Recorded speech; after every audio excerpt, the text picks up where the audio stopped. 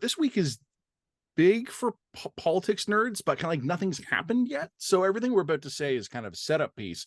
We're recording this on Friday as the Conservative Convention is getting underway. You and I thought about going. The scheduling didn't really work, but I think probably next time we'll do better. Like, we'll just plan this out better. Yeah, we probably should have agreed to go and like had our tickets booked a couple of weeks ago, but then we didn't because we didn't have an editorial calendar. And then like the first week of It's the school first week of kind of school. it's the first week of school, man. So It's that kind of hard. stuck up on us, and we just didn't get our shit together. So that's on us. Two elementary school students. I know the same for you, but also my wife's a teacher. It takes a lot to get me out of this house the first week of school. So anyway, for future note, Conservatives, could you please do this like a week later? Like a week later, exactly. even into like early October would be really appreciated. Well, the Liberals are doing it next week, and that would have been way better. So, yeah. But who wants to go to that? Like, that's going to be the most. It's going to be so depressing. Yeah, but fascinating. All right. Well, you'd have to go because my husband's traveling. So let me actually. Well, I mean, I'll break the fourth wall here. Just this. I have injured myself, and you can't tell right now. I am, as soon as this podcast is done, I'm off back to the medical clinic at the hospital to get x-rays. I've been hobbling around for about a week with what I thought was like a sore foot, but I finally saw a doctor yesterday, and she looked at me and she's like, "This is broken. Like you have broken your foot." And I'm like, "Oh, that's why it hurts to walk on." I'm a very typical male. The long and the short of this is that I will soon have amusing and on point anecdotes about the Canadian healthcare system to share. But in the meantime, I ain't going to no convention. Fair enough. And it's all content, baby. It's all content. Content. Woo. So I actually want to mention something to you before we talk about Conservative Convention. Let's talk just for a minute about the Liberals, because like I said, nothing at the Conservative Convention's really happened yet. Like Poilievre is going to come out with a speech, but the Liberals, about an hour before we recorded this, came out with a new attack ad talking about Pierre Poilievre, right-wing American style rhetoric, blah, blah, blah. I didn't watch it yet. I just saw the tweet. I'll actually watch it later. I'm going to make a prediction. I just think this is played out. I think we've seen already with abortion and guns. Yeah. I don't even watch liberal ads anymore and get upset about them. Let's put it that way. Like, it's just like, I don't care. Before it was all you did. Yeah, I watched them and I was like, "Fuck you, Trudeau." All right, like whatever. No, that's not true. I certainly watch political ads as a detached observer of said ads, right? Like, I don't really care, but I just find them boring now. There's something about them that's just not connecting. And I think you're right. I think it's just played out. All this, the fear mongering is played out. You've Mitt Romney'd. You've blown the wad on Mitt Romney. I was saying to Sharon O'Toole. I'm saying to a colleague at the CBC today, just talking about the convention coming up. They wanted to know if I'd be there. I'm like, no, I am immobilized. I was just saying, in 2015, when the Liberals won, Justin Trudeau was a better communicator than all the others. He was a better communicator than Stephen Harper. He was a better communicator than Thomas Mulcair. And the Liberals had mastered the digital tools of circa 2015, and they were dominant in that realm. I think Pierre Poilievre is a better communicator than Justin Trudeau right now. And I don't want people to blow up at me and overreact when I'm saying. I'm not talking about the message. I'm talking about just how he does the messaging. And Justin Trudeau, in my opinion, has always been a communicator. Way before he's anything else, he's a communications guy. If he's the second best communicator, he's fucked. Well, I don't think that it was a strength in communication, or was a strength in empathy. I mean, those two things aren't totally unrelated. Part of being an effective communicator means being able to feel out a room, right? Yeah. So I think, to be blunt, I think some of his empathy has been profoundly stunted by 8 years in office, as it would be. And it's also been limited by the sort of bunker that he's surrounded himself in. So, I mean, you're taking somebody who has an incredible superpower of empathy, and you've completely neutered it over time. And that affects the communication skills. They're just not really there anymore. I get the impression of someone who's putting a really good face on a very broken and bitter spirit. Have you read the Althea Raj column that came out kind of to set up the Conservative Convention yet? No, I haven't. It's worth reading. And the summary is, and Althea, if you're listening to this, I'm not saying this to knock you here. I'm going to summarize the column in one sentence: angry liberals venting. And And what's interesting is that there's nothing unusual about angry insidery types venting about the leadership and the direction, blah blah blah. I've written a bunch of those pieces myself. Nothing new under the sun, which is why Althea shouldn't feel picked on here. But I don't know, maybe I'm projecting, but reading it this morning, it was the first time it read to me as something different. It read to me for the first time as a defeat justification narrative, where it feels like, and we all talk about the rats fleeing the sinking ship and stuff. For the first time reading something like this, it read to me as liberals going, we're going to lose, and I'd better start establishing myself as one of the voices of reason who had tried to warn. Up until, like, there was people were to be fair, you're also doing that on your Twitter account. I tried to warn you, liberals. I have tried to warn you. Yes, I know, but now you're doing victory laps around it now.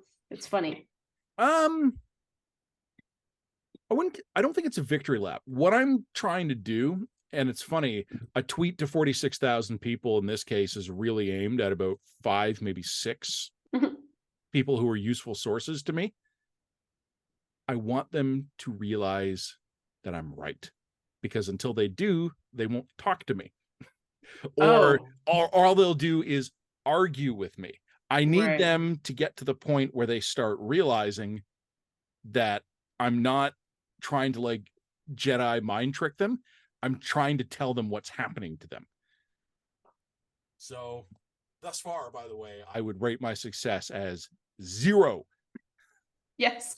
Who would have thought that you tweeting to try to subtweet a bunch of people about how right you are would be an ineffective tactic of persuasion? It's just one part of a multi-pronged effort. Look, I'm talking to my remaining liberal sources who have dwindled over the years, as you're probably not going to be shocked. One of the things I find interesting, I was talking to a buddy of mine who is a liberal, edging towards retirement now and no longer directly involved with this government, but still active. And we were talking about anger and this notion that I think that some liberals have seized on, that the reason they're getting murdered in the polls right now is because people are angry. And I'm like, well, what are they angry about? It's like, well, social media and the right-wing ecosystem and disinformation. I'm like, okay. Made them angry. I'm like, okay. I'm going to agree with you. That's a thing. There are columnists in this country who whip that stuff up. There are powerful Twitter accounts and algorithms and everything that do torque that stuff. Some of it is untrue. But I said, do you have an answer to someone who is not on Twitter and doesn't have Facebook and can't afford a home? And he didn't. So here's another observation that I'll make, and this dovetails into what I've been actually working on this week, which is my book. And when we talk about, it's about moral panics essentially, and one moral panic in particular. But one of the things that when you say that this is a moral panic, people get very defensive about that because they think what you're saying is this is fake. This is not real. You're inventing this issue. That's not what a moral panic is. A moral panic is an overblown response to a real threat to society. Or even always real or possibly real. Possibly credibly real. If you're going to build a moral panic, you need to be able to demonstrate evidence of a harm that's happening in your community. And when we're talking about the satanic panic, people look back on that being like, oh, that was completely made up. No, it was misinterpreted from real events. There were serial killers who were very active in the 70s and 80s who were blaming and saying, I did this for Satan. There was a massive increase of occultism and Satanism in the popular culture, in the zeitgeist. You were seeing this in music, for example. So there were practicing Satanists, very small, very marginal groups of practicing Satanists. This was the stuff that was happening. And from there, people cottoned onto a moral panic and drew wildly implausible conclusions. Absolutely. But it was rooted in a real thing. It was, you couldn't get an entire moral panic up and running and say, well, okay, but where's the crime? People were able to point to the crime. They were able to point to examples of this. So this is something that I think people don't understand about moral panics. They don't operate on fictions. They operate on actual threats and actual problems that then are then subsequently misinterpreted or overinflated and polarizing. This is, I think, an analogous to what we're talking about here. Yeah, there's a right-wing ecosystem that's whipping up rage over issues, but that doesn't mean the issues they're whipping up rage about aren't real or don't exist or are fictitious. They're not fictitious. That's the point. They wouldn't be able to whip up rage against them if they were completely and wholly invented. Yep. So you need to understand that, and to some extent you need to spend time in these ecosystems understanding not just the method of how they're getting people worked up, but what they're actually upset about, and be able to ground that in reality. You need trusted outside voices who can gut check you when you're wrong. Mm-hmm. You need a leadership group on the inside who is able to take the feedback and apply it to strategy. Mm-hmm. And you need a leader who's prepared to change course. And one of the really interesting things that's been happening over the last, I'll call it month, kind of when the polls really began to suddenly change, is that I'm seeing some smart people say, either as liberals or even just observers, saying, it's so confusing. Why aren't the liberals on the offensive? It's so strange. After the cabinet retreat, why wasn't there a housing plan? You know, all of these things can be explained if we start to suspect that the top level of the liberal command, so to speak, is punch drunk. And they're just frozen. And it's been interesting to me to see people who seem to even just discount that as possibility. And this might sound like that I'm criticizing Trudeau or Telford or the PMO, and I don't really mean it in that sense, although it kind of does, effectively it does net out to a criticism. But you and I have seen politicians, political teams, political parties, when they're just through the looking glass. And they're so far gone, you can't bring them back. Mm-hmm. And, you know, when the Harper Conservatives were losing in 2015, I don't think they understood why they were losing. I think they understood that they were losing, but I don't think they ever understood why. When the Ontario Liberals were losing in 2018, and I have very vivid memories of that campaign, they did know they were losing, but they didn't really know why. Mm-hmm. And I think the Liberals now understand on an intellectual level, like they can read polls. I'm sure they have internal numbers too, but nothing that they have done so far signals to me that they get why. And that is why you and I have talked about this already. That's why I think it's going to get nasty. Mm-hmm. And that's why they're going to fall back on the only tactics they actually have. What if it doesn't work though? Which is just an interesting hypothetical. Then Pierre's our overwhelming majority leader of the next conservative. Okay, but I meant more basically, like what happens, let's say hypothetically, over the next month or two, the Liberals roll out all the big guns on attacks and negativity, and the polls don't move. Do they just do that for another 24 months? We're going to find out. I don't know. But anyway, we're talking about the Liberals, and we're supposed to be talking about the CPC. I'm curious what their plan B would be. I'll leave it at that. All right. CPC convention. It's a big one, obviously. Yeah, it's the first one with Pierre. It's the last one before the next election. And it's a convention that's happening right as the momentum is starting to ride high for the CPC. So attention is going to be high. Everyone there is going to be looking for gaffes. All the media, especially the left-wing media, is going to be there and looking for, you know, embarrassing culture war resolution from Vegreville, Saskatchewan. You know what I mean? They're all going to be making issues of that, which, by the way, that personally drives me nuts at conventions, no matter what, whether or not you're talking. Everybody does that bullshit. Everybody does that. It's really obnoxious. A resolution from the floor, from like some rural whatever, is not necessarily reflected in party. Like no, stop it.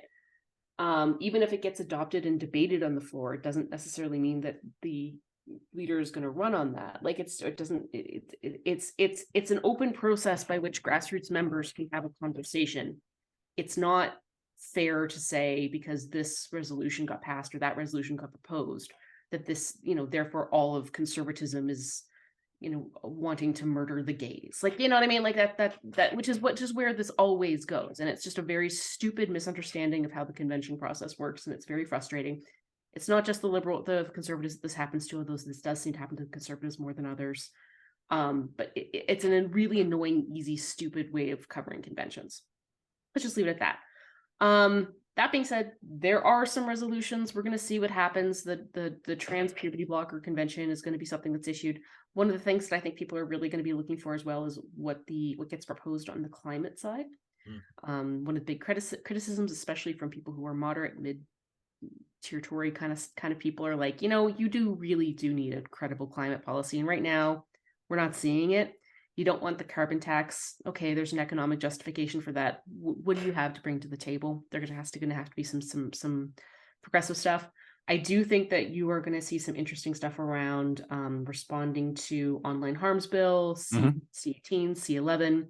What's the Tories' take on, for lack of a better term, big tech media freedom and freedom of speech? Like, these are going to be pressing issues that the conservatives really. I think this is going to be sword issue for them anyway.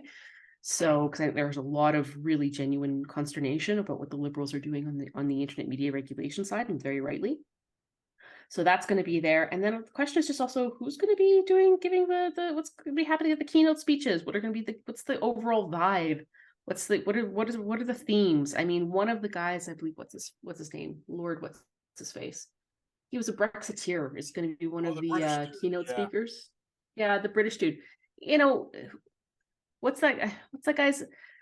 There was a very, very shallow piece, who I won't name names, but there was a shallow piece noting that it was incongruous for Pierre to be leading with a keynote from a lord, presumably from a writer who didn't understand that there was a difference between the hereditary peerage and peerage by appointment.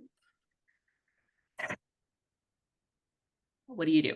But anyway, what that guy is actually going to say is going to be more interesting to me. He could be a total loon. We'll see.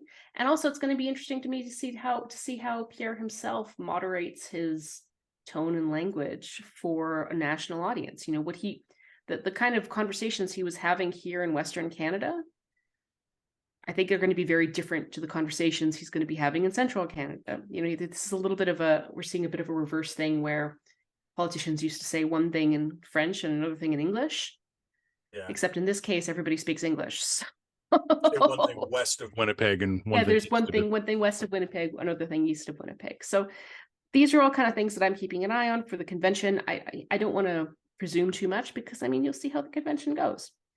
On another kind of related topic, there is. Sorry, can I just say we do have the advantage that our written dispatch will come after some of. Yeah. So like the podcast is speculative. By the time we write the dispatch, we'll actually have some of these answers. Before we move on, can I make a 1 minute reply? I want to throw just a count. If you must have an opinion, a possible counterpoint. Just consider this. What if, in fact, none of it is interesting because none of it matters at all? What if all the conservatives need to do this weekend and the next 2 years is avoid catastrophic self-sabotage? If the Liberals' death spiral, Poilievre will have to work very hard to lose. And I do not discount the possibility because I think Poilievre has a self-destructive streak. And I think, as we were talking about last week, the conservatives are base captured to an extent that is, the Liberals are too, but I think I can easily sketch out a hypothetical way that Pierre Poilievre loses the next election. Not hard to do. But I can also just as easily tell you how Pierre Poilievre wins the next election in a walk, and he barely has to lift a finger to do it. So, yes, you're entirely possible that nothing here matters, and in the end, all of us will die, and our planet will be absorbed by the expanding sun. And our atoms will disperse back into the universe. Entropy is a thing, but this is the only thing we have to talk about this week. Not true. The rest of my list is pretty thin. Yeah, it's not the... Look, we're wordsmiths. We can find interesting things to say. We'll always be able to figure out things to say. That's what we do. Granted. That's what we do. So on that note, one thing that has been annoying me because I've been seeing this is carbon taxes. Yeah. Yeah. There has been a real effort by Liberals and Liberal proxies to try and say, look at the carbon tax, aren't the Conservatives bad? Sorry. Look at the wildfires, aren't the Conservatives bad because they don't want a carbon tax? Look at the wildfires. The Conservatives are bad. They're arsonists. They don't want a carbon tax. Look at the wildfires. Look at how bad those anti-carbon tax things are. Okay. Trying to attach the carbon tax to the wildfires is every bit as stupid and disingenuous as trying to say that climate change doesn't exist every time there's a snowstorm. Okay.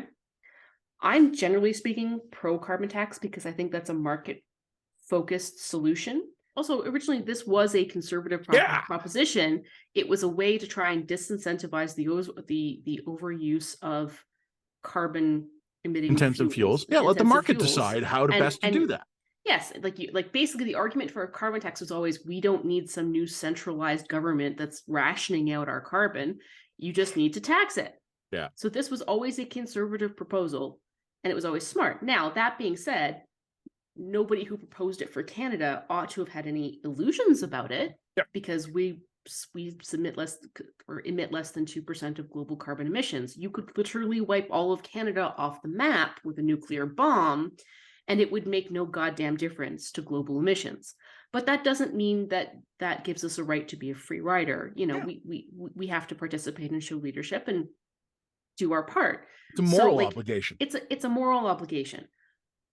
But let's not kid ourselves. The carbon tax is not preventing wildfires. Well, 30 times the carbon, don't get me wrong, even if the entire world adopted a carbon tax tomorrow, we're still getting wildfires. We're not going to undo the damage we've done on these wildfires. This is now locked in. All right. And that being said, even if all of Canada were to adopt 15 times the current carbon tax and put ourselves back into like a 1910s style subsistence economy, we're still going to be dealing with goddamn wildfires. Stop threatening me with a good time. Like, you know what I mean? Like this is an incredibly disingenuous connection. And like, it's not illegitimate for the Conservatives to say a taxation-based policy doesn't make sense when we're in the midst of a cost of living crisis. They can make that argument and come up with better alternatives if they want. I think that that's probably incorrect, but hey, we're in the realm of legitimate policy goals, and calling them arsonists for that, I think, is actually really, well, I mean, it's politics, so I'm not going to talk about wham fair or not, but it's really dumb. Yeah. And it's also one of these examples of liberals sort of sticking to a particular attack point when it loses its salience. I think it has. Oh, that loops me right back to the beginning. The stuff is played out. Also, if you're going to give most people a choice between, you know, smoky August and being able to heat their houses in winter, I'm heating my house. So like, don't frame this as an economic versus environmental trade-off or standoff, because like most people are not going to choose to go back to the unheated mud hut in the middle of the Canadian prairie. Like that's bad framing. You're going to lose on that. I've written about this. I don't know if I've written about it the line actually, because I just became so irritated with the issue years ago. I stopped paying attention to it, but I've written about it in the Post and in Maclean's. Our carbon debates are just grotesquely stupid. Yes. Like they've really brought out the stupid in both parties. And on balance, I'm in line with the Liberal policy on this one. I agree with you. That's legitimate to talk about timing and rates and all this stuff. But yeah, no, I mean, I think this ties into a bigger climate issue. Do you remember like last year when I was struggling to write a column and I just gave up on it eventually? Mm-hmm. I think there's been a failure in our climate debate to have an honest discussion about prevention versus mitigation. Yeah. And I think one of the problems, look, again, I'm more on the Liberal side than the Conservative on this issue, because I think that, as you said, the Liberals just took the once upon a time Conservative policy, and the Conservatives have never gotten their mind around that. Like the Liberals stole one of their good policies idea, and instead of the Liberals going, well, okay, instead of the Conservatives going, well, I guess we agree with them on this issue, they had to keep kind of going out and try to find stupid ways of differentiating themselves. Well, and also that the carbon tax they're using is a wedge. This is a wedge issue. They're going to attach this to the cost of living increase, even though the actual impact of the carbon tax on the cost of living is not huge. It doesn't matter. They're going to say every little bit counts, and they're going to use it as a wedge on the cost of living stuff. Do you remember Aaron O'Toole, like remember they had that sort of like that climate rebate plan where like your carbon tax points would go into like a thing that you could then spend. It wasn't actually a bad plan. It was just too complicated. No, you know what it was? It was a bad plan because the only reason the plan existed was because the Conservatives felt they needed to do something and felt they could not do what the Liberals were doing. So it was artificially complicated. Yeah, it's because like rather than going, we happen to agree with the incumbent party on this, it had to become, how can we have a climate plan that's different from theirs since they stole the one that probably should have been ours? And I think the Conservatives have still, I also think to a certain extent, the Liberals have outflanked them on childcare as well. So I think eventually the Conservatives are going to probably propose some ridiculous, cumbersome, here is how we will do childcare better plan. Every once in a while you lose on an issue, but if you want it as a wedge, you can't let it go.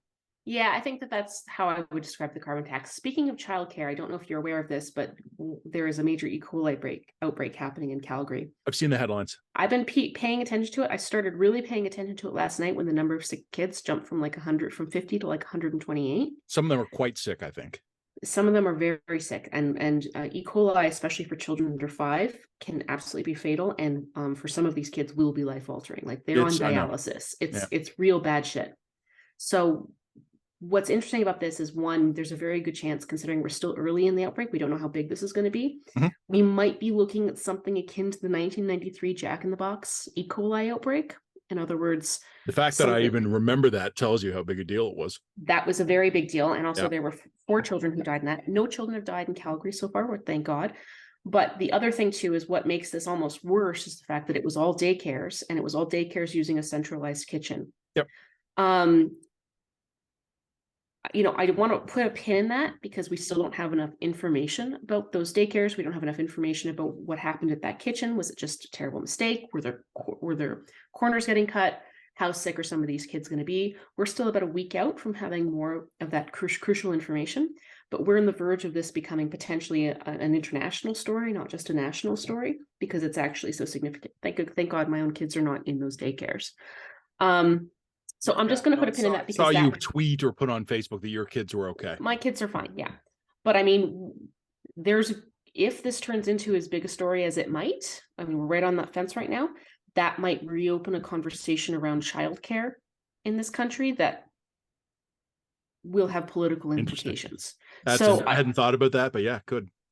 Well, why were these daycares relying on a centralized kitchen? Why was that centralized kitchen I mean, I don't know this, but maybe it was cutting corners. I mean, equally outbreak of this level, that doesn't happen by accident. Well, that doesn't happen unless there's pretty significant issues.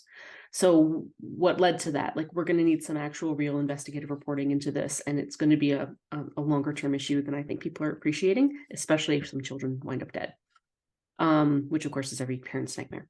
So anyway, I don't know if that's where this going to go, but there's a non-zero chance in a week or two we're going to be coming back to this particular story. So I'm putting a pin in that for later.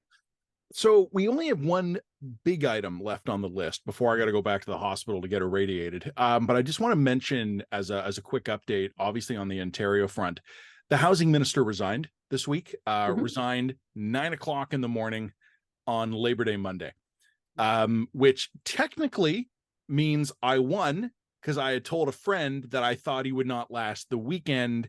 I think it counts. I think you're in. I think I'm safe on that one. The only thing I would just mention here is that the new housing minister, Paul Calandra, has now given 2 press conferences. They've been debacles. And it's really interesting because at the start of this thing, the Ford government had a really coherent and obvious messaging plan. We didn't get the process right, but we got to build houses. We got to build houses. You need a house. He needs a house. We all need houses. Housing, homes, housing. What were we talking about again? Yeah, which ethics and morals of the whole situation aside, was a good strategy. From a pure Machiavellian strategy was a good strategy. They have now lost a chief of staff. They've lost a cabinet minister. They've had to shuffle the cabinet. It's been referred to the RCMP. The Attorney General is now reviewing this as well to see if the Lobbying Act was either circumvented or is not sufficient. As we mentioned in the last dispatch, weirdly colorful characters are now emerging. Whatever the comms plan was, didn't work. and was interesting. And again, purely as a message of strategic comms, what we saw this week twice was a cabinet minister going out there to absorb metaphorical bullets without the benefit of a coherent plan yet. Okay, so why do you send a minister out before you have a plan? You basically have these guys not, can they not shut up? No, they have sent him out to do 2 back-to-back on consecutive day press conferences where he has only made it worse because they don't know what their new position is yet. Right. And this is the classic Doug Ford. And the funny thing is, like, you can just stick to that line and shut up and let the investigations play out. Or you punt a week and the minister's office goes, hey, look, we're going to be transparent with Ontarians. The minister needs a couple of days to get up to speed on the file. We're going to have a press conference early next week. It's the easiest thing in the world to buy time on this one, except that Doug Ford never does that. What Doug Ford does every time is he digs in on a line of defense he cannot hold. He holds it too long, and instead of doing an orderly retreat from it, he holds, he breaks. So that's all I wanted to say about that. I'll write up a little update blurb. My only last observation, there was something that kind of started to make the rounds on Twitter on the social culture war front. I believe it was based on a post column that noted a really horrific incident of a father raping a daughter, and because the father was Black, he got just an extraordinarily lenient sentence in the Canadian system that is already incredibly lenient on these crimes. It was, I think, the other wild card. It's a really nasty story. They were both also developmentally challenged in some way. There's a lot of layers on this one, but yes, there's a lot of layers on this one. So anyway, a lot of the culture warriors really, especially the American ones, snapped in on this and said, well, race-based sentencing is here. This is horrific. All of a sudden, these people are no longer equal under law. There's something I would point out, and that is race-based sentencing is not new in Canada. This goes back to the Levy report. It's established at this point. Factors about upbringing and extenuating circumstances around hard conditions, particularly for First Nations people, has been now enshrined in law at this point. So this is not new in Canada. That doesn't mean that it's not. That's not a justification of it. It's a problematic thing. But one thing that I kind of started thinking when I was reading through this report and this response to it was, it's really interesting to me how the race and background of an offender is always used to argue for more leniency for the offender. But the race and background of the victim is never considered as a mitigating factor to argue for greater punishment for the offender. The social justice factors only ever go in one direction. Yeah. And I thought that was interesting because there's a real obvious practical problem with that. And that is the vast majority of crimes of this nature, incest, obviously, domestic abuse, assault, most murders are not actually things that happen between racial groups. Most of them happen within racial groups. And for some extent, there's a real obvious answer for that. It's because close contact. Most crime is close contact, particularly when you're talking about something like incest. It kind of built into the definitional terms here. Stranger danger is a thing, but it's incredibly rare. It's incredibly rare. Yeah. So if you are creating a justice system that has enshrined leniency for people of certain backgrounds and ethnicities into the system, then what you are also doing is you're creating a system whereby the victims of certain crimes are also going to be almost always disadvantaged, or they're going to find that their access to justice is always their ability to punish their perpetrators and watch their abusers be served sentences and go through that legal process is going to be mitigated. You can't have one without the other. This is the problem. You can't buy more social equity. You can't try and trade off more social justice on one half of the justice system without inherently causing race-based inequities to occur on the other side of the equation as well. And in 20 or 30 years, where somebody's going to do a study and they're going to say, when white women got murdered the perpetrators served 20 years to life. And when women of color got murdered, their perpetrators served, 6 years minus time served. And they're going to use that as more evidence of white supremacy in the system. Clearly, the criminal justice system is favoring, the lives of white people over non-white people, when in fact, what it will be in this case will be an effect to try and mitigate the impacts of white supremacy by being more lenient on offenders who are not white. I don't remember. And this is just, to me, it was almost comic. It was almost darkly comic, because I was just like, oh, okay, so we're just perpetuating white supremacy no matter what you do. Like, I mean, like, the ride never stops here, guys. Like, that's what it is. So anyway, I kind of wanted to address the issue from that perspective, because I thought it was a really interesting problem. First of all, you're right.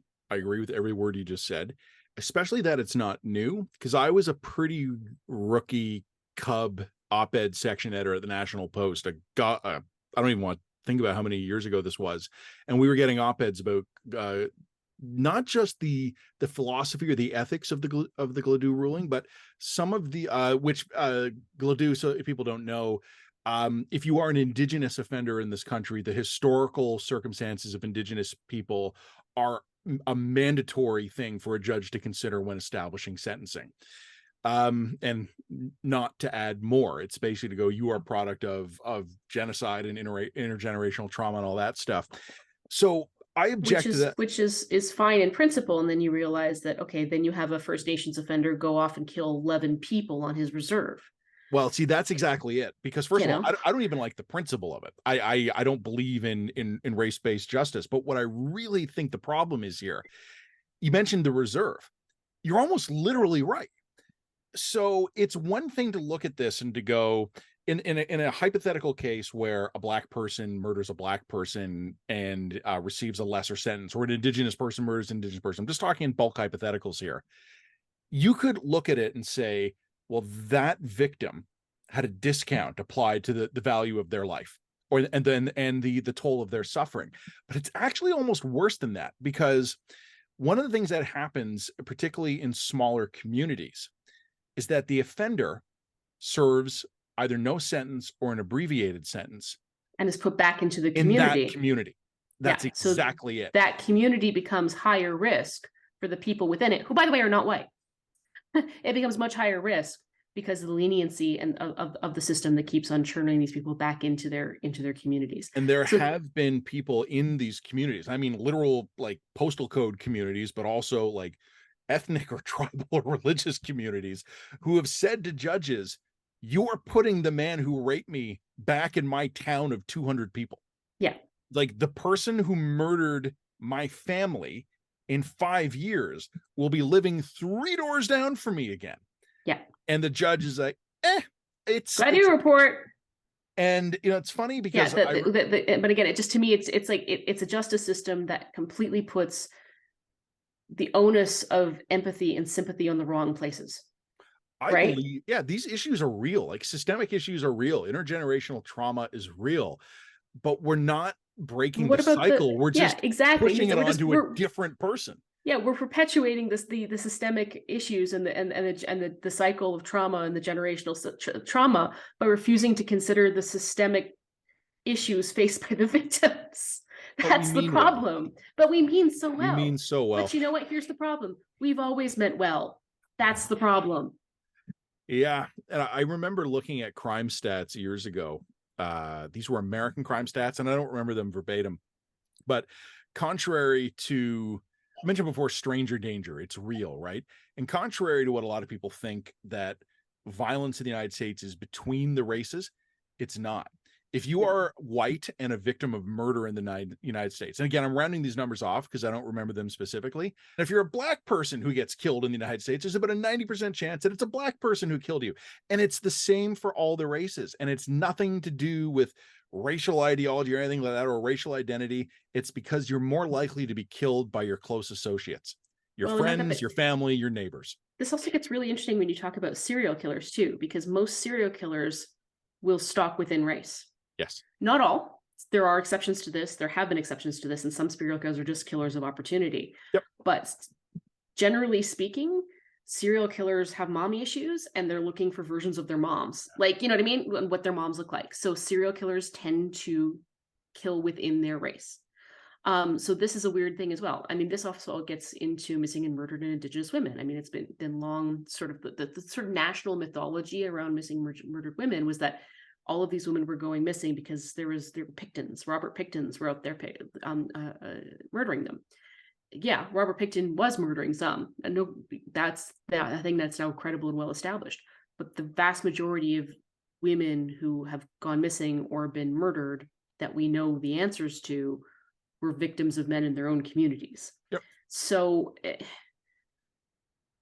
I don't know. This to me, it's just the terrible dark irony of the fact that we're perpetuating all these systemic things now under the guise of, you know, trying to combat the very systemic issues that we're trying to combat. Like it's because we don't learn any lessons. We never learn any lessons. We never learn.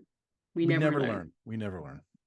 And it makes us, and it makes the judges, it makes those judges who are, you know, overwhelmingly of a certain class and demographic feel so much better. You know what? So much better about themselves. Sometimes I think the judges, if you could get them off the record, I think you'd be shocked how clearly they see these issues, but the politicians tie their hands. I don't think the average judge sitting on the bench has anything to gain by like perverting justice in the name of more justice, but a politician on a campaign trail does. Maybe. I don't know. I'm not, until I see a pretty in-depth study of judges and what their positions on this actually are, I will remain unconvinced of that. Because I mean, ultimately, they're the ones passing the sentences, right? Well, yeah, that's true. On that happy note, I'm off to go get irradiated. Go do it. All right, we'll work out who's writing what. Yeah. Thanks, Jen. Okay. Bye. Bye.